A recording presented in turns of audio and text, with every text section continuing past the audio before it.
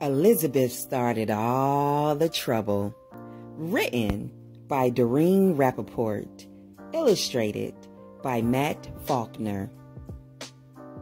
Over 235 years ago, Abigail Adams got a letter from her husband.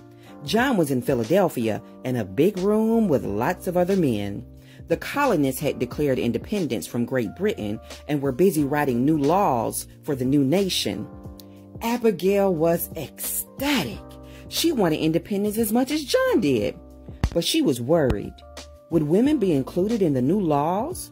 She warned John that if women were not remembered, they would start their own revolution. John laughed at her.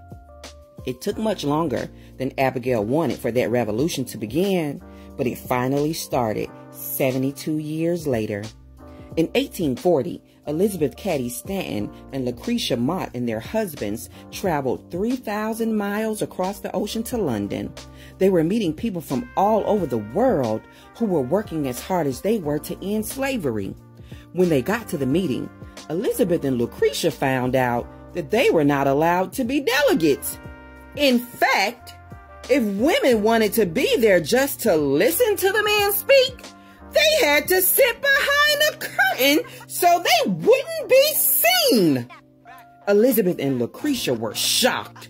How could men who were against slavery deny women their rights just because they were women? They had to do something to change this. Like the male colonists who had listed their grievances against the King of Great Britain, Elizabeth listed all the unfair laws against women written by men. It was a very long list.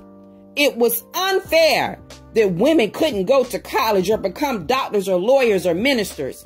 It was unfair that women could not keep property they inherited. It was unfair that women had to give any money they earned to their husbands. Everyone agreed. No one could deny it. Everything Elizabeth said was true.